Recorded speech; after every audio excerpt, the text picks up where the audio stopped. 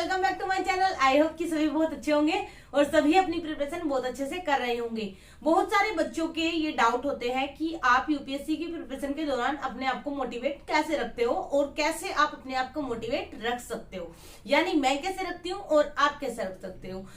इस चीज पे बात करने से पहले मैं आप लोगों को बता दूं, ये डाउट हमारे ग्रुप के बच्चों का भी होता है जो मेरे साथ स्टडी कर रहे हैं, और ये डाउट उन बच्चों का भी है जो कि यूट्यूब पे सब्सक्राइबर है। तो देखिए, सबसे पहले आपको शांति से समझना है कि आप कैसे अपने आप को एनर्जेटिक रख सकते हैं और कैसे आप अपने आप को मोटिवेट रख सकते हैं।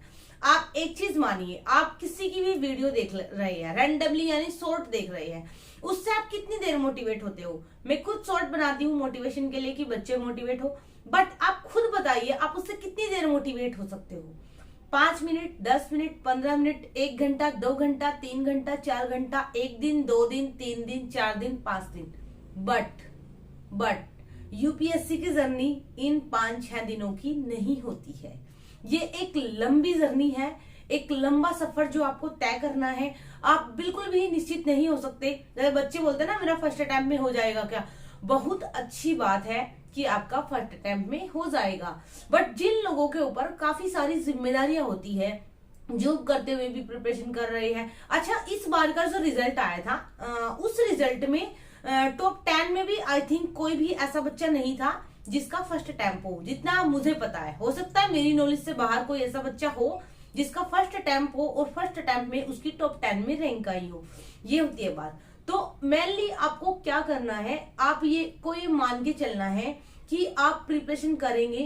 तो देखो, जो ये लोग होते हैं ना कि बिल्कुल हमें फर्स्ट अटेम्प्ट में फर्स्ट रैंक लानी है, यही वो बच्चे होते हैं जो सुसाइड करते हैं। मैं आपको सच बता रही हूँ, ये अपने ऊपर इतना दबाव लेके चलते हैं कि अपने 10-15 दोस्तों को ऑलरेडी बोल चुके होते हैं मैं फर्स्ट अटेम्प्ट में फर्स्ट रैंक लेके आऊंगा, और जब इनकी लास्ट भी नहीं आती, फिर वही इनके जो फ्रेंड्स होते हैं, क्योंकि कुछ फ्रेंड्स ऐसे ही होते हैं 99%, कोई 1% ही होते हैं जो आपका दर्द समझेंगे, और वो समझने वाले वही होंगे जो खुद यूपीएससी की प्रिपरेशन कर चुके हो। वरना जिन लोगों ने कभी चपरासी का भी एग्जाम नहीं दिया, उन लोगों को पता ही नहीं है। वो लोग पता है हमारा पेपर देके ये बोलते हैं इतना इजी पेपर था, जैसे इन्होंने बहुत सारे एग्जाम क्रैक करके छोड़ दिए हो। तो आपको ये चीज मैं क्लियर कर दूं, किसी से भी अपना फेंकने वाला जो आपका होता है उसको बंद कीजिए। उसके बाद आप सोचिए कि आपको मोटिवेट कैसे रहना है। अपने आप को ऐसे जबरदस्ती बोलने से कि मैं फर्स्ट अटेम्प्ट में फर्स्ट रैंक ले आऊंगा, उससे नहीं आता है। सोचने से कुछ भी नहीं होता है। मैंने देखा है बच्चे 10-10 दिन सोचते ही रहते हैं, मतलब उनके पास एक बुक तक नहीं होती, वो 10-10 दिन बस हवाओं में आईएएस बन जाते हैं। ओके, बुरा मत मानना। पहली चीज, आपको एक टारगेट सेट करना है। आपका 1 ईयर का, आपका 2 ईयर का, आपका 3 ईयर का, आपका 5 ईयर का, नेक्स्ट 10 ईयर का आपके पास एक प्लान होना चाहिए। यानी आप एक ऐसी डायरी बनाओ जिसमें आपका ये तक गोल सेट कर सको, आपकी आईएएस बनने के बाद आपको किस किस फील्ड पे क्या काम करना है। जैसे मैंने एक डायरी बनाई हुई है, और उसमें जो मेरा 10 ईयर प्लान है उसमें मैंने वो चीज पुट की है कि अगर मैं आईएएस बन जाता हूं तो मुझे ये करना है। ओके, ये जो टीचर्स लोग मैंने देखा है, यहाँ पे नाम नहीं लूंगी, कुछ टीचर बच्चों को क्या बोलते हैं कि अपने मन में सोचो कि आईएएस के अलावा तो कुछ है ही नहीं। वही टीचर्स होते हैं जो बच्चों को पुश करते हैं कि जा बेटा, या तो आईएएस बन या फिर सुसाइड कर। ठीक है, तो मैं इन टीचर्स से बोलना चाहूंगी कि बच्चों के सामने, मतलब आईएएस जस्ट एक जॉब है, उसे भगवान क्यों बना रहे हो। क्या इसरो के जो साइंटिस्ट है वो उनकी कोई वैल्यू नहीं है? क्या हमारे देश के जो डॉक्टर है, सर्जन है, उनकी कोई वैल्यू नहीं है? हर फील्ड में, आप जिस भी फील्ड में जाओगे एक स्पेशलिस्ट होता ही है। ऐसे ही इस फील्ड में एक आईएएस स्पेशलिस्ट है। सेम इसी तरह आप जस्ट एक जॉब मान की तैयारी कीजिए, अपना 10 ईयर का एक प्लान पुट कीजिए कि अगर मैं आईएएस बन जाता हूं तो मेरे को किस किस फील्ड में क्या क्या करना है। मैं बिल्कुल नॉर्मली स्ट्रेट फॉरवर्ड आपको सच्चाई बता रही हूं, आपको बहकावा नहीं दूंगी कि या तो आईएएस बन जाओ या बस फिर मर जाना, फिर आप कुछ नहीं कर सकते। ये बिल्कुल कोरी बकवास है। आपको अपनी एबिलिटी को पहचानना है और उसी के अकॉर्डिंग आपको काम करना है। अगर आपको लगता है कि आप कल को एक डिस्ट्रिक्ट चला सकते हो तो बिल्कुल चलाइए। आप मानिए, अगर आप अपने घर को मैनेज, अभी मैं आपको यहाँ पे एग्जांपल दूंगी। आप बोलते हो हमारे घर में सिस्टर इन लॉ है, सास है, फैमिली है, और हम पढ़ाई को कैसे मैनेज करें। अब मुझे बताओ, अगर आज आप अपनी पढ़ाई को मैनेज नहीं कर पा रहे हो तो कल आप एक डिस्ट्रिक्ट को मैनेज कैसे करोगे।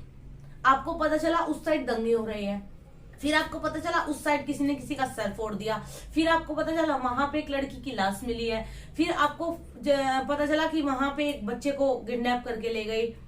4 चीजें बट गई ना, कैसे मैनेज करोगे। तो अगर आप में वो स्किल है मैनेज करने का तो अभी भी करो अपनी पढ़ाई को मैनेज। आपको आगे चल के और लोगों को मोटिवेट करना है। आईएएस बनने के बाद में आपको ऐसे सम्मेलन में भी बुलाया जा सकता है जहां पे आपको स्टेज पे खड़े होकर बोलने पड़ेगा। अगर आप खुद को मोटिवेट नहीं रख सकते तो आप दूसरों को मोटिवेट करने के बारे में सोच कैसे सकते हो। ये मैंने एक सच्चाई वाली बात बोली है। जो बच्चा ग्रेजुएशन करने के बाद अपने ग्रेजुएशन लेवल का उसको पता नहीं है कि उसने कैसे की है, एक बिल्कुल सच्चाई बोल रही हूं, भले ही आप लोगों को बुरी लगे, बट जिसने ग्रेजुएशन करने के बाद उसको यही नहीं पता है कि उसने ग्रेजुएशन कैसे पास की है, तो फिर आईएएस बनना आई थिंक ज्यादा हो जाएगा, छोड़ देते हैं। तो यहाँ पे बात करते हैं फर्स्ट चीज की। मुझे नहीं पता मैं भी बनूंगी या नहीं बनूंगी, बट मुझे इतना पता है कि अपने घर में मैं अभी भी आईएएस हूँ। हर चीज में मैनेज करती हूँ। हमारे घर में गेस्ट आते हैं तब भी मेरी पढ़ाई होती है, नहीं आते हैं तब भी मेरी पढ़ाई होती है। तो आप में मैनेजमेंट स्किल अगर है तो आप किसी भी फील्ड में आप ऊपर हो जाते हैं। अब बात करते हैं यहाँ पे फर्स्ट, टारगेट अपना सेट करो।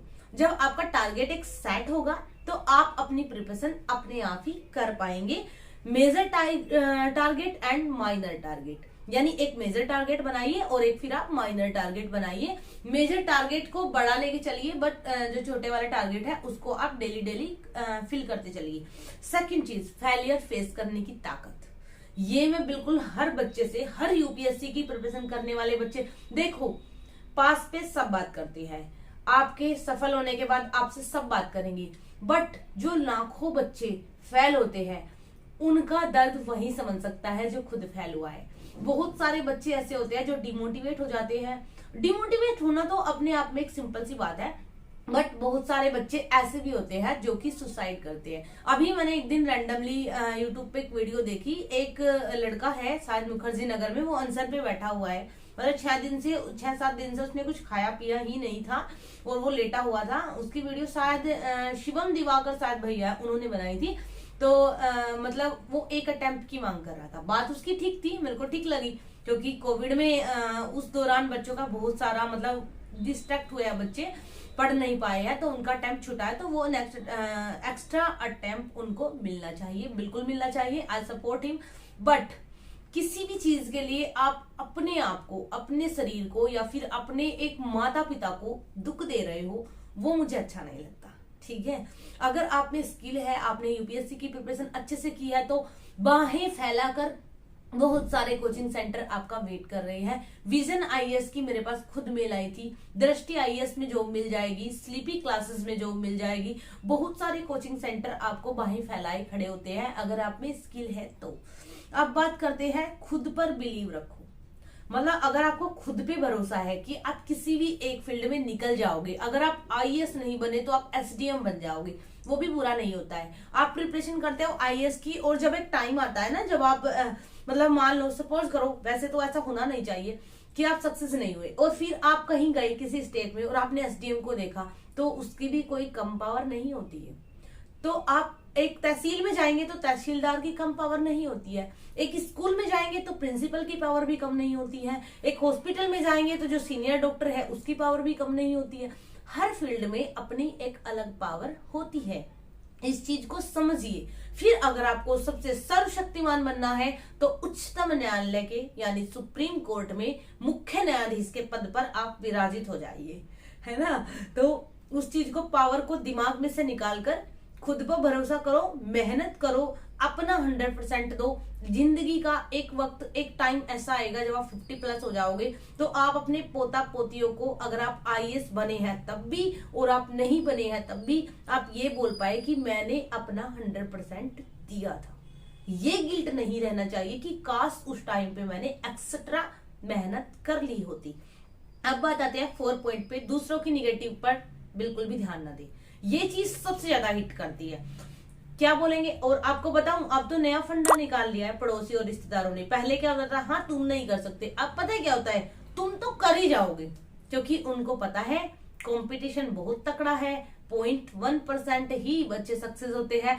और वो आपको डिमोटिवेट करने का, ये भी डिमोटिवेट करने का एक तरीका। आप सोचते हो वो आपको मोटिवेट कर रहे हो, बिल्कुल भी नहीं, वो आप पे एक दबाव बना रहे हैं। आप तो कर ही जाओगे, आपका तो मेरे को पता ही है, आपका तो इस साल होना ही है, आपका तो टॉप 10 में ही आना है। ये भी आपके सिर पे एक दबाव है। इसीलिए अपनी प्रिपरेशन को साइलेंटली कीजिए, किसी को मत बताइए। अगर कोई आपको बोलता है आप तो टॉप 10 में ही आओगे, तो उसको बोले मैं टॉप 100 में आ जाऊंगा तो भी मैं हैप्पी हूं। ओके, आपको दूसरों की निगेटिविटी पर बिल्कुल भी ध्यान नहीं देना है। दूसरे क्या बोलते हैं, क्या सोचते हैं, क्या करते हैं, ये उनकी लाइफ है। आपको अपनी एक लाइफ मिली है। और अब आप, जबकि आप यूपीएससी एस्पिरेंट हो, तो आपने आर्टिकल 21 को तो अच्छे से स्टडी किया ही होगा। और आपको अगर आर्टिकल 21 का पता है तो फिर यूज कीजिए। कम से कम अपनी स्टडी को अपनी लाइफ में तो यूज करना सीखिए ना। तो आर्टिकल 21 का वो आर्टिकल 19 का यूज कर रहे हैं, वाक्य एवं अभिव्यक्ति का उनको बोलने का अधिकार है, भोंकने का है। आपको आर्टिकल 21 का यूज करते हुए समझ लेना है कि वो उनकी लाइफ है और ये आपकी लाइफ है। उसके बाद बात आती है 5वीं, अपने आप को पूर्णतः समर्पित करो। होगा या नहीं होगा ये आप भगवान पर छोड़ दे, या आप अपनी मेहनत पर छोड़ दे, बट आपको अपने आप को पूर्णतः समर्पित करना है। यानी आपको ये मान लेना है कि अगर मैं ये करूंगा तो पूरी शिद्दत से करूंगा, उसके बाद हो या ना हो, सेम एज यूजुअल मेरी तरह जैसे कि मैं हूं। तो आपको ये नहीं है कि फिर आपको, अभी मैं आपको बताऊं, मैं नाम नहीं लूंगी, कुछ बच्चों को मैंने देखा है पूरी पार्टियां कर रहे हैं पूरी मस्ती से, क्योंकि मेरे ग्रुप के भी बच्चे हैं, मैं यहाँ पे नाम नहीं लूंगी, वो खुद समझ जाएंगे। एक्स्ट्रा के बच्चे भी हैं जो कि फुल शादी पार्टी अटेंड कर रहे हैं, और बाद में वो जब एग्जाम में 15, 20, 25 दिन, महीना बच जाएगा, तो वो मेरे पास आके मैसेज करेंगे, दीदी हमारा हुआ नहीं है, अब हम क्या करें, हमारे टारगेट छूट गए हैं, हम क्या करें। मतलब आपको खुद की परवाह है कि आप कहाँ जा रहे हो। मैं आपको बताऊं, आपको पता है बहुत शादियों का सीजन चला है, मेरी फैमिली में 4 शादियां हो चुकी है जिनको मैंने अटेंड नहीं किया, ये बोल के कि टाइम नहीं होता है, टाइम नहीं मिलता है। तो आप लोगों के पास भी बहुत सारे एक्सक्यूजेस होते हैं। आप जाइए, आपकी फैमिली जाए, आप ना जाए, घर पे कितना शांति का माहौल रहेगा पूरा दिन, अच्छे से फुल डे अपनी स्टडी कीजिए। बट नहीं, लोगों को मस्ती भी करनी है, लोगों को पार्टी भी करनी है, शादी भी करनी है, और फिर IAS भी बनना है। तो इस चीज को आप एक बार अपने अंदर झांकिए कि क्या आप अपनी प्रिपरेशन के प्रति पूर्णतः समर्पित हो। और अगर हो तो आपको सक्सेस होने से कोई नहीं रोक सकता, और अगर आप नहीं हो तो दुनिया की कोई भी ताकत आपको असफल नहीं बना सकती। वो चाहे मैं हूं, चाहे कोई भी हो। एक ही बुक को, एक ही एम लक्ष्मीकांत की बुक को बहुत सारे बच्चे पढ़ते हैं, 9-10 लाख बच्चे पढ़ते हैं, बट प्रीलिम्स ही क्वालिफाई बहुत कम बच्चे कर पाते हैं, और फिर उसके बाद मेंस क्वालिफाइंग में बहुत कम निकल जाते हैं, और फिर इंटरव्यू में फिर मेरे जैसे फिर पीछे रह जाते हैं। क्योंकि हमारे साथ फैमिली है, पति है, बच्चा है, उनकी जिम्मेदारियां भी है। बट आप एक चीज को समझिए कि जिन चीजों को आप छोड़ सकते हो उन्हें आप छोड़ सकते हो। आई नो कि आप फैमिली को नहीं छोड़ सकते, मैं खुद नहीं छोड़ सकती, बट आप कुछ चीजों को स्किप कर सकते हो। उनको स्किप करके आप अपनी प्रिपरेशन पे ध्यान दें। And now thanks for watching, keep supporting, keep loving, and now bye.